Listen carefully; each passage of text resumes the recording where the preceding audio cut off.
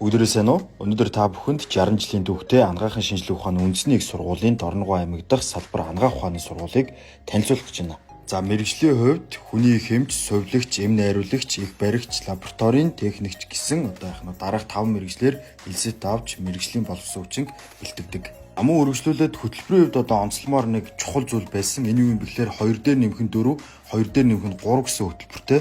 За уг хөтөлбөрийн хувьд 2 жил Дорногов аймгийнхаа анагаахын сургуульд сураад үлдсэн 3 болон 4 жилээ Улаанбаатар хотод төв ашуус дээрээ очиж суралцсан төгсөх боломжтой.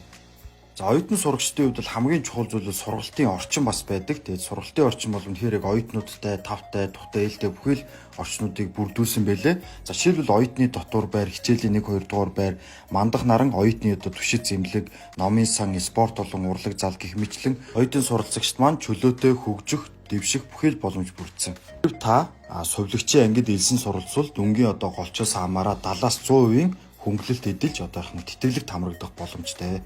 За мөн хүний хэмжээр элсэн суралцвал 6 жилийн турш төгсөн төгслөө 50% тэтгэлэгтэй суралцсан төгсөх боломжтой. Та бүхнийг анагаахын шинжилгээ ухааны үндэсний их сургуулийн Дорногов аймаг дахь салбар анагаах ухааны сургуульд элсэн суралцахыг урьж байна.